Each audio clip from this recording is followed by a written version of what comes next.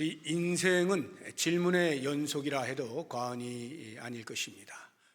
질문에는 좋은 질문이 있고 나쁜 질문이 있겠죠.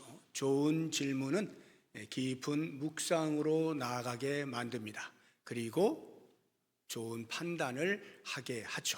삶의 질이 향상되어집니다. 그러나 나쁜 질문은 자기 중심적인 사색에 빠지게 합니다. 그래서 책임을 전가하거나 비난하거나 아니면 피해의식에 함몰되곤 하죠. 삶의 질이 저하되는 결과를 가져오게 됩니다. 오늘 본문의 말씀을 보게 되어지면 우문현답이 나옵니다. 어리석은 질문에 지혜로운 대답을 하는 세례 요한과 그의 제자들의 대화에서 발견되어지는 우문현답에 대해서 우리가 같이 한번 생각을 해보고자 하는데요. 이와 같은 우문현답이 나오게 된 발단이 있습니다. 예수님과 그의 제자들 그리고 세례 요한과 그의 제자들이 둘로 나뉘어져서 각각 사역을 하는데 세례를 베푸는 수세 사역에 있어서 예수님과 그의 제자들은 22절에 이렇게 말씀합니다. 그 후에 예수께서 제자들과 유대 땅으로 가서 거기 함께 유하시며 세례를 베푸시더라. 지금 예루살렘에서 유월절을 지키고 난 다음에 유대 땅으로 가셨다고 말합니다. 예루살렘도 유대 땅의 한 부분입니다. 그런데 여기서 굳이 유대 땅으로 가셨다라는 말은 예루살렘으로부터 좀 멀어진 유대 시골이라고 보시면 되겠습니다. 그래서 곳곳을 돌아다니시면서 복음을 전하시고 세례를 베푸십니다. 물론 세례를 베푸시는 것은 예수님이 아니라 예수님의 제자들입니다. 4장 2절을 보시게 되면 예수께서 친히 세례를 베푸신 것이 아니요 제자들이 베푼 것이라 이렇게 말씀합니다. 이렇게 한편으로 예수님과 제자들이 세례를 베푸는 사역을 감당할 때 또 다른 한편으로 세례 요한 역시 세례를 베푸는 사역을 감당하고 있습니다. 23절을 보시기 바랍니다. 요한도 세례 요한입니다. 살렘 가까운 에논에서 세례를 베푸니 거기 물이 많음이라 그러므로 사람들이 와서 세례를 받더라. 이미 세례 요한은 세례 베푸는 사역을 계속 감당해 왔죠. 그러나 예수님이 등장하신 이후에도 그치지 아니하고 계속해서 세례 베푸는 사역을 해왔던 것을 볼 수가 있습니다. 그런데 이렇게 양쪽에서 세례를 베푸는 사역이 진행되는 동안에 세례 요한의 제자들과 어떤 한 유대인이 만나서 논쟁을 벌이는 일이 벌어지게 됩니다. 25절을 보시면 이에 요한의 제자 중에서 한 유대인과 더불어 정결 예식에 대하여 변론이 되었더니 해서 그 논쟁의 핵심이 정결 예식입니다. 정결 예식은 구약에서 말하고 있는 그러한 예식이라기보다는 지금 양 진영에서 베풀고 있는 세례와 관련되어진 논쟁이 벌어진 것으로 보입니다. 이때에 유대인이 세례 요한의 제자들에게 말을 건네는데 논쟁에 있어서 비아냥거리거나 조소하는 말투가 섞였던 것 같습니다. 내용은 이렇습니다. 지금 예수라고 하는 젊은 청년이 등장을 해서 세례를 베풀고 있는데 사람들이 너희 선생님으로부터 옮겨가고 있다. 그쪽으로 더 많은 사람들이 가고 있다 하면서 마치 이제 너희들은 쓰러져 가는 지는 해야 라는 식의 조소 섞인 말을 던진 것 같아요. 4장 1절을 보시게 되면 예수께서 제자를 삼고 세례를 베푸시는 것이 요한보다 많다 하는 말을 바리새인들이 들은 줄을 주께서 아신지라. 그러니까 이미 사람들이 예수께로 더 많이 몰려가서 세례를 받고 있다는 소문이 파다하게 번진 거예요. 그래서 유대인들도 다 듣고 있는 것입니다. 그러니까 세례 요한의 제자들과 논쟁을 하는 중에 봐라 이제 너희들은 지는 해야 저쪽으로 사람들이 많이 가고 있잖아. 이런 이야기가 나누어지고 있었던 거죠. 그러니까 그 이야기를 듣게 되어진 세례 요한의 제자들이 얼마나 속이 상했겠어요.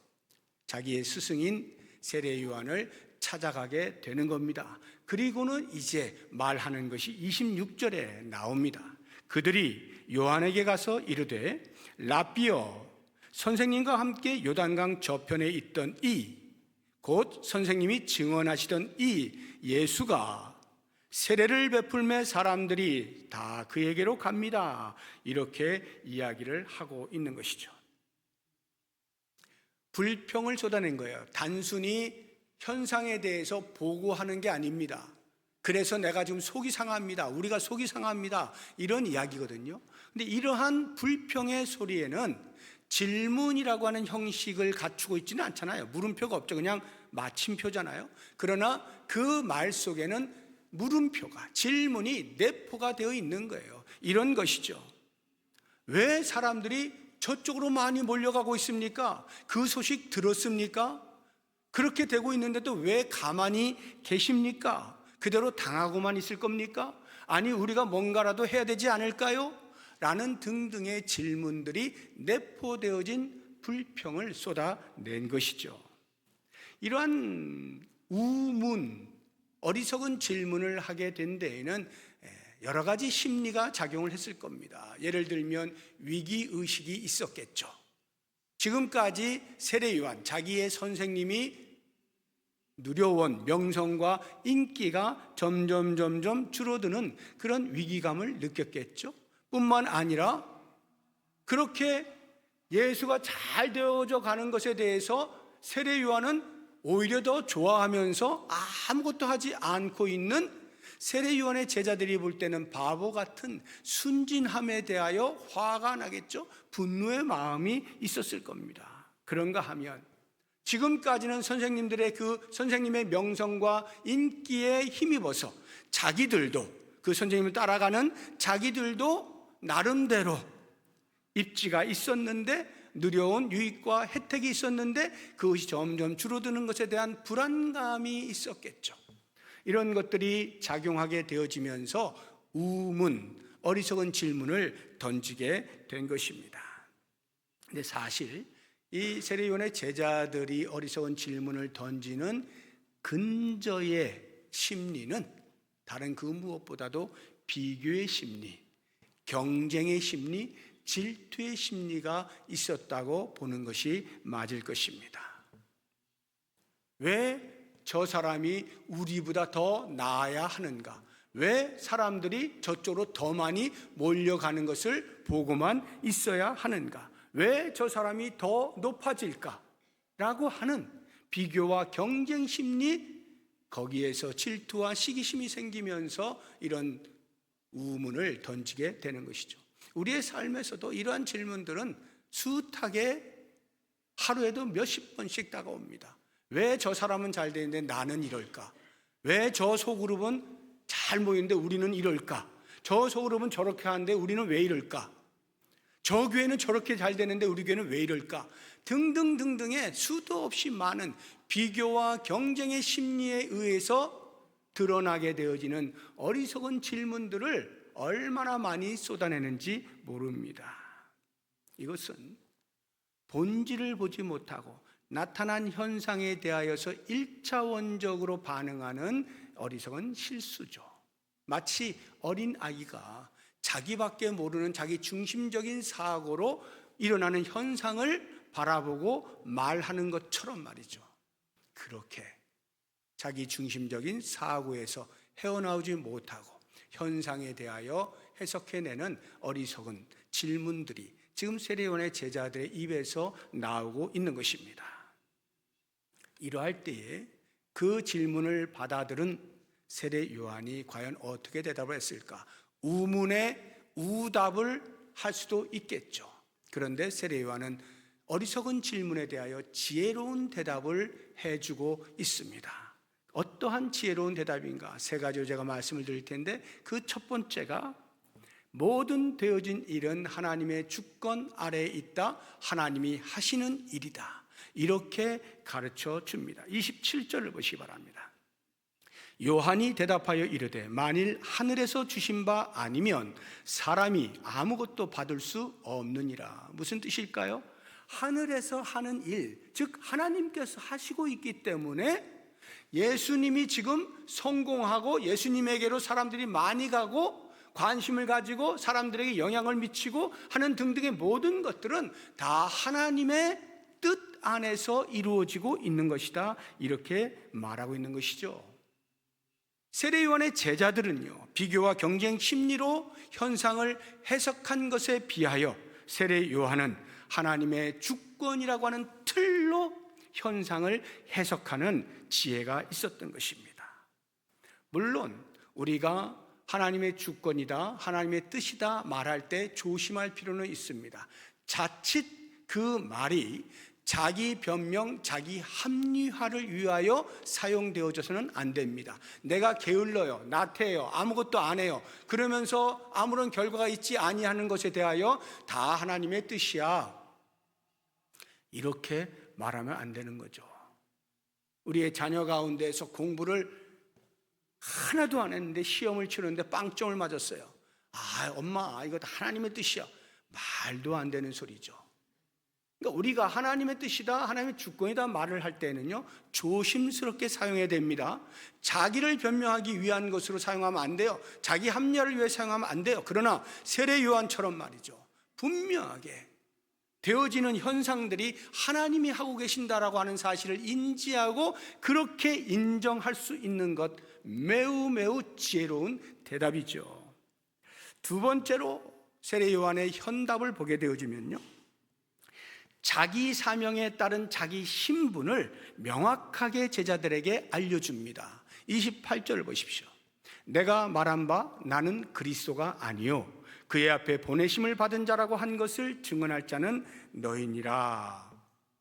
지금 세례 요한이 지금까지 누려왔던 것들을 생각해 보면요, 예수님이 등장하시기 전까지만 해도 모든 사람들의 관심은 세례 요한에게 있었고요, 모든 인기와 명성이 세례 요한에게 축적되어져 있었습니다. 당연히 예수님보다 먼저 등장했으니까 사역의 선배이기도 하죠. 거기다가 얼마나 많은 제자들이 따르고 있습니까? 그 제자들이 세례 요한을 높여줍니다. 그리고는 지금 예수님이라고 하는 신진 세력이 등장하게 되어지면서 위기감을 느끼게 되어질 때에 제자들이 세례 요한을 부추기는 겁니다. 선생님, 지금 가만히 있으면 안 되죠. 지금 이상한 일이 벌어지고 있습니다. 힘의 균형이 무너지고 있어요 하면서 계속 부추기는 거예요. 그럴 때 세례 요한이 부안해동하지 않는 거죠. 조금도 흔들리지 않는 것입니다. 오히려 그렇게 자기를 부추기고 있는 제자들을 향해서 한편으로는 위로의 말이 될 수도 있고, 한편으로는 교정해주는 말이 될 수도 있고, 또 다른 한편으로는 책망하는 말이 될 수도 있는 이 말을 하고 있는 거죠. 내 사명은 그게 아니야, 분명하게 이야기를 해주고 있는 겁니다. 그리고는 말하는 게 뭐예요? 나는 그리스도가 아니다, 나는 그리스도를 위하여 예배하러 온 사람이야, 그를 위하여 온 사람에 불과해 라고 너희들에게 말하지 않았느냐? 그렇다고 하면 그 말을 들은 너희는 내가 한 말에 대한 증인이 되어야 한다 하고 그들에게 자기의 사명에 대해서 명확하게 알려주고 있는 것입니다. 어떻게 이게 가능할까? 드러난 것은 쉽죠. 보면 그렇게 하면 되지 쉽지만, 정작 그 자리에 있을 때 실제로 누군가가 자기 위로 올라오고 자기는 무너져가고 있는, 사라져가고 있는 모습을 보게 되어질 때 얼마나 상실감이 생기겠어요. 자괴감이 있지 않겠습니까? 내가 이렇게 사라져가야 되나 하는 생각이 들 수 있잖아요. 그럼에도 불구하고 그가 그러한 자괴감에 빠지지 아니하고 상실감에 빠지지 아니하고 분명한 자기 사명 인식을 해낼 수 있었던 이유는 예수님이 어떠한 분이신지, 예수님이 왜 이 땅에 오셨는지 그 사명에 대해서 정확하게 알고 있었기 때문에 상대적으로 나는 그분을 위한 준비하는 자라고 하는 자기 사명에서 흔들리지 아니할 수가 있었던 거예요. 그렇다면 세례 요한이 과연 인식하고 있는 예수님은 어떤 분이실까? 31절부터 36절까지 그 제자들에게 말씀을 해주시는 내용을 보게 되어지면 세례 요한이 얼마나 선명하게 예수님을 바르게 인식하고 있는지를 알 수가 있습니다. 5가지로 인식을 하고 있는데, 그 첫 번째가 예수님은 하나님 나라의 대사다, 이렇게 인지하고 있습니다. 31절 보십시오. 위로부터 오시는 이라고 되어 있죠. 맨 뒤에도 보시게 되면 하늘로부터 오시는 이라고 되어 있습니다. 34절 보시게 되면 하나님이 보내신 이, 예수님이 어떤 분이신지 하나님 나라에서부터 파송되어진 대사라고 하는 사실을 정확히 알고 있죠. 두 번째, 만물의 주권자이심을 고백합니다. 31절 다시 보십시오. 만물 위에 계시고, 제일 뒤에도 보면 만물 위에 계시나니 이렇게 되어 있죠. 35절도 보시게 되면 뒷부분에 만물을 다 그의 손에 주셨으니, 만물을 다스릴 수 있는 권세를 하나님으로부터 받은 자라고 인식하고 있는 것입니다. 세 번째, 예수님은 하나님의 대변자로 인식하고 있습니다. 32절 보십시오. 그가 친히 보고 들은 것을 증언합니다. 누구로부터? 하나님으로부터 보고 들은 것을 증언하는 사람. 34절 보십시오. 하나님이 보내신 이는 하나님의 말씀을 하나니, 하나님께서 입에 담아 주신 말씀만을 전하는 자, 하나님의 대변자라고 인식을 하고 있는 거예요. 그리고 네 번째, 아버지 하나님의 사랑받는 아들이라고 인식하고 있습니다. 35절 보세요. 아버지께서 아들을 사랑하사, 예수님이 하나님 아버지 아들임을 인지하고 있는 거예요. 그리고 얼마나 사랑받는 아들인가 알고 있는 거예요. 마지막 다섯 번째, 중요한 것인데요, 예수님은 영생과 영벌을 주시는 분이시다, 영생과 영벌의 수여자이시다 하는 것을 인지하고 있습니다. 36절 보십시오. 아들을 믿는 자에게는 영생이 있고, 예수를 믿는 자에게 영생을 선물로 주신다. 아들에게 순종하지 아니하는 자는 영생을 보지 못하고 도리어 하나님의 진노, 영벌이 그 위에 머문다. 예수님은 영생과 영벌을 쥐고 계신 분이라고 하는 것을 명확하게 알고 있는 거예요. 한마디로 표현하면 예수님은 신이시다, 이 사실을 인지하고 있으니까 인간인 자기와 도무지 사명에 있어서 비교할 수 있는 게 아니라는 것을 알고 있는 것입니다. 이렇게 자기 신분에 합당한 자기 사명을 명확하게 알려주면서 그 다음 현명한 대답을 하는 것이 이거예요. 그래서 나는 내 신분에 맞는 나의 태도를 분명히 하겠다 강조하는 겁니다. 그것이 29절과 30절에 나오는데, 29절에는 자기의 신분에 걸맞은 바른 태도, 나는 신랑이 아니요 신랑의 친구다, 이렇게 이야기하는 겁니다. 29절 보십시오. 신부를 취하는 자는 신랑이나 서서 신랑의 음성을 듣는 친구가 크게 기뻐하나니 나는 이러한 기쁨으로 충만하였노라. 여러분들도 다 경험이 있으시겠죠? 결혼식에 가게 되어지면 신랑의 친구들이 기뻐합니다. 그렇다고 해서 신부를 취하는 기쁨이 아니죠. 신부를 취하는 신랑의 영광스러움을 보고 친구로서 기뻐하는 거죠. 제가 제 아들 결혼할 때 그 들러리 친구 2명이 왔어요. 이 친구 둘이 처음부터 끝까지 제가 계속 봤는데, 그러니까 결혼식은 이제 거기서는 결혼식하고 피로연까지 다 같이 오랫동안 합니다. 그 기간 내내 단 한 번도 얼굴을 찡그린 걸 제가 못 봤어요. 계속 웃고 깔깔거리고 이렇게 하더라고요. 근데 그 친구가 신부를 취하는 거 아니거든요. 신부를 취하고 있는 제 아들을 보고 기뻐하는 거예요. 기뻐하는 거, 즐거워하는 거예요. 예수님께서 신부가 되는 우리 성도들, 우리 교회를 취하실 때 세례 요한이 왜 사람들이 전부 다 예수님께로 가지? 하고 시기를 하지 않습니다. 질투하지 않아요. 오히려 기뻐하는 거예요. 당연하지. 신랑이 신부를 취하는 게 당연한 거야. 예수님께서 당신의 신부인 교회를, 성도를 취하는 것은 너무나 당연한 거야. 그 영광스러움을 보고 박수치고 좋아하고 기뻐하는 거예요. 그것으로 충분히 기뻐하는 거예요. 세례 요한은 자기의 사명에 따른 태도가 어떠해야 될지를 분명히 알고 있는 거예요. 그리고 한 걸음 더 나아가서 더 놀라운 것은 30절에 나오는데요. 30절 보시면 그는 흥하여야 하겠고, 여기 그는 예수님이에요. 예수님은 흥하여야 하겠고 나는 쇠하여야 하리라. 제가 언젠가도 말씀드렸는데 줄여서 4글자로 예, 흥, 나, 쇠. 예수님은 흥하여야겠고 나는 쇠하여야 하리라. 이게 어떤 고백이냐 하면요, 보통 내가 지금까지 누려왔던 명성을 예수님이 다 뺏어간 거 아니에요. 그냥 현상적으로 보자고 하면, 그러면 예수님이니까 어쩔 수 없다. 그래, 내가 둘째로 밀려났구나. 그래, 2인자로라도 만족해야지. 보통은 이래야 되는 거죠. 그나마 크게 양보한 것이, 그래, 내가 2인자로 산다. 이 2인자라고 하는 생각 자체를 세례요한은 하지 않는 거예요. 예수님이 흥하는 데 있어서 내가 쇠하는 것에 대하여 조금도 망설이지 않겠다라고 하는 말이에요. 2인자는커녕요 말미에서도 괜찮다, 이렇게 고백을 하고 있는 것입니다. 그래서 세례 요한에 대하여 예언의 말씀이 구약에 나오잖아요. 이사야 선지자가 예언한 게 있어요. 광야에서 외치는 자의 소리, 이렇게 예언을 해놨거든요.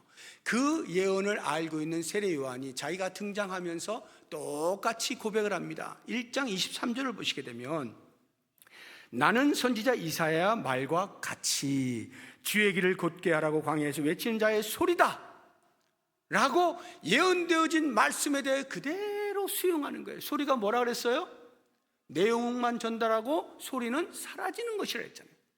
세례 요한은 예수님을 남기고 자기가 사라져도 괜찮다는 거예요. 그게 내 역할이라고 고백을 하고 있는 것입니다. 조금도 주저하지 않는 거예요.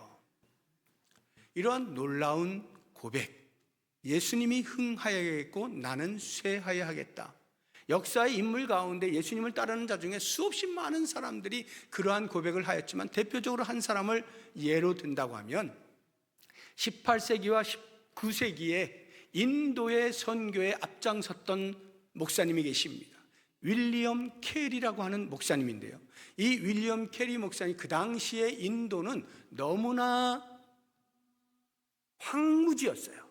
복음의 황무지였어요. 그런 데를 간다는 것은 그냥 죽으러 가는 것과 다름이 없었습니다. 그래서 수없이 많은 주변의 사람들, 일가 친척들뿐만 아니라 심지어는 목사님들조차도 다 말렸어요. 야, 네가 안 가도 다 하나님이 뜻이 있으면 알아서 그 구원시켜 주시겠지, 뭐하러 죽으러 가니? 이렇게까지 말렸단 말이에요.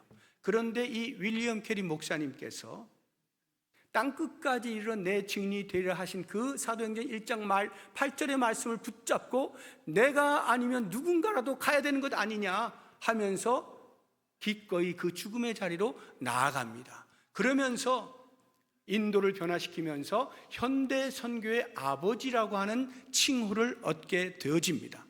이 사람에게 큰 두 좌우명이 있었는데, 첫째가 하나님께 놀라운 것들을 기대하라 하는 거예요. 하나님께서 하실 놀라운 것들을 기대하라. 그리고 두 번째 좌우명이 하나님을 위해서 위대한 일들을 시도하라. 하나님이 하실 일을 기대하는 것과 하나님을 위하여 할 일, 위대한 일을 시도하라는 거예요. 이 두 가지 좌우명에 따라서 인도를 완전히 바꾸어 놓은 위대한 선교사, 이 윌리엄 캐리가 마지막 죽음을 앞두고 유언으로 남긴 말이 있어요.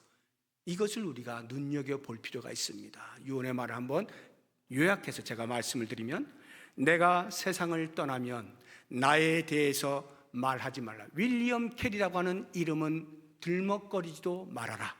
오직 벌레처럼 비천한 나를 구원하신 주님에 대해서만 말하라. 나를 구원하여 주신 그 놀라운 예수 그리스도의 이름만 말해라. 오직 주님만 존귀하게 되기를 나는 원한다. 이렇게 유언을 남기고 인도의 한 도시에서 죽음을 맞이하게 됩니다.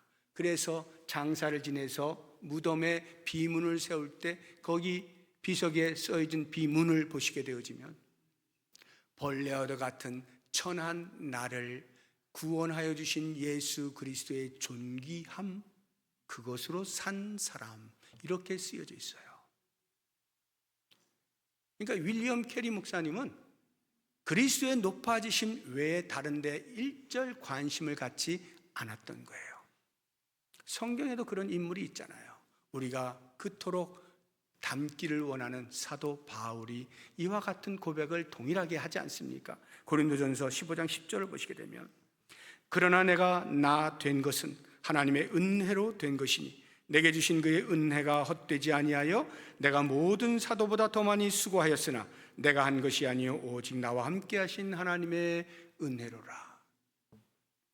얼마나 많은 수고를 했습니까? 사도 바울이 어떤 사도보다 자기의 목숨을 걸고 복음을 전하는 일에 전생을 바쳤던 사람이잖아요. 그런데 그 모든 수고를 마치고도 하는 말이, 그게 내가 잘나서 한 것 아니요 내 수고 아니요 오직 하나님의 은혜로 한 것이다. 윌리엄 캐리의 고백과 다르지 않죠? 세례 요한의 고백이 바로 이 고백인 거예요. 예수님은 흥하여 하겠고 나는 쇠하여 하리라. 내가 혹시 쇠하지 아니함으로 그리스도의 흥함에 방해가 되지 않기를 원한다, 이 이야기죠. 오늘 우리는 세례 요한과 그의 제자들 사이에서 나눈 대화 속에서 의문 현답을 보았습니다. 이제 우리의 삶으로 돌아와서 과연 나는 어떠한 질문을 할 것인가? 좋은 질문하는 훈련을 끊임없이 하면 좋겠어요. 좋은 질문 그리고 나쁜 질문의 차이는 이런 겁니다. 나쁜 질문은 비교에 의하여 나오는 말들이에요. 왜 저 사람이 나보다 더 잘 되지? 왜 나는 저 사람보다 가난하지? 비교하면서 던지는 질문은 나쁜 질문이에요. 좋은 질문은요, 비교가 아닌 내게 주어진 사명에 집중하는 질문이에요. 하나님께서 나에게 주신 사명이 무엇인가? 하나님께서 나에게 하라고 하신 사역이 무엇인가? 나는 그 사명에 충성하고 있는가? 이런 질문이 좋은 질문이에요. 사람의 시선을 의식해서 야, 사람들이 나를 어떻게 생각할까? 저 사람은 사람들이 보니까 굉장히 존경하고 하는데 참 부럽다, 너무 좋겠는데? 라고 하는 그러한 질문을 하는 것이 아니라 하나님의 시선으로 나는 하나님께서 맡기신 일에 지금 충성하고 있는가? 지금 나의 모습을 통하여 하나님이 기뻐하시겠는가? 하나님의 시선으로 질문을 던지는 게 좋은 질문이에요. 그래서 우리는 앞으로 질문을 할 때마다 좋은 질문을 만들어가는 훈련을 계속 하십시오. 이러한 현문에 대하여 따라오는 현답이 필요하죠. 지혜로운 대답이 필요합니다. 지혜로운 생각이 필요한 거예요. 우리의 생각을 좋은 지혜로운 대답으로 만들어가는 틀 3가지를 말씀을 드리겠습니다. 답을 찾을 때마다 첫째, 하나님의 주권이라고 하는 틀 안에서 답을 찾는 훈련을 하십시오. 하나님의 주권이라고 하는 틀, 그것으로 현상을 바라보시고 현상을 해석하라는 말이에요. 그렇게 되어지면요, 더 이상 불평과 불만과 원망, 비난 이런 것들로 쌓이지 아니하고 그 안에서 하나님이 하신 일에 대하여 긍정하면서 그렇구나 하면서 새로운 인생을 살아갈 수 있게 됩니다. 두 번째로 좋은 대답을 할 때는요, 내 믿음의 분량 안에서 답을 찾는 거예요. 세례 요한이 그랬던 것처럼 말이죠. 나는 그리스도가 아니라 그리스도를 준비하는 자에 불과하다라고 하는 자기 분량 안에서 답을 찾아내는 거예요. 다른 사람이 아무리 높아지고 훌륭해 보이고 사람들로부터 칭찬을 받아도 그것이 내 분량이 아니라고 한다면 부러워할 필요가 없는 거예요. 그냥 내 분량 안에서 답을 찾으면 그 안에서 참된 행복을 누릴 수가 있게 되어집니다. 마지막 3번째 좋은 대답을 한다는 것은 나 아닌 예수님을 기쁘시게 하는 삶의 가치를 두고 답을 찾는 거예요. 대부분 우리들은요, 나를 중심하여 생각을 하고요, 나를 중심해서 가치를 찾아요. 그래서 내가 잘 되면 좋은 거고, 내가 높아지면 좋은 거고, 내가 사람들로부터 인정받으면 좋은 거예요. 근데 우리는 그렇게 사는 사람들이 아니에요. 우리는 예수 그리스도가 높아지는 것에 관심이 있는 사람들, 그리스도께서 기뻐하실 일에 가치를 두고 답을 찾는 사람들, 그렇게 찾아나가게 되어질 때 우리는 현답을 할 수가 있는 것입니다. 모쪼록 사랑하는 성도 여러분, 현문에 현답을 하시고 이제 앞으로 한 주 동안 살아가시면서 이렇게 한번 적용을 해보시면 좋겠어요. 제가 세례요한의 고백, 예흥나세, 예수님은 흥하여야겠고 나는 쇠하리라 라고 하는 이 고백을 말씀드렸는데, 이 고백을 한 주 동안 적어도 한 번, 매일 한 번 이상 고백하기, 매일 한 번 이상 상기하기, 매일 한 번 이상 다짐하기.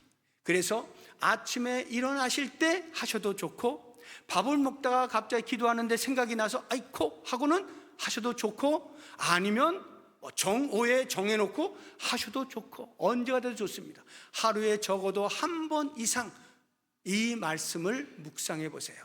예흥나세, 예수님은 흥하여야겠고 나는 쇠하여야 하리라 고백하고 다짐하고, 고백하고 다짐하고, 일주일 동안 그렇게 하시고 오시게 되면요, 다음 주 예배가 아마 달라질 겁니다. 우리의 예배함의 태도와 하나님이 부으신 은혜를 담는 그릇이 달라질 거예요. 평생의 우리의 삶이 예흥나세의 신앙의 고백으로 살아갈 수 있기를 주의 이름으로 축복합니다.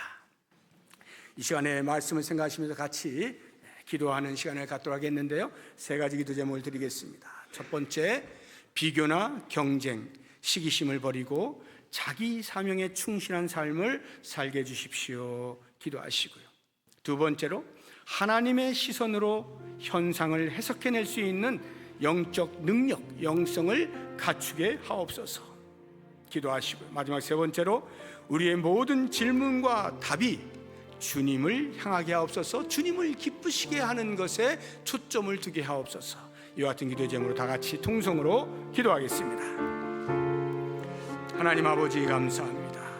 오늘 주의 말씀을 통하여서 내가 그동안에 얼마나 아둔한 질문을 던지며 스스로 피해의식에 함몰되어져 살아왔는지 보게 되었습니다. 더 이상 비교나 경쟁이나 시기심에 따라서 던지는 질문에 휘둘리지 않게 하여 주시고, 지혜로운 질문을 던지게 하여 주옵소서.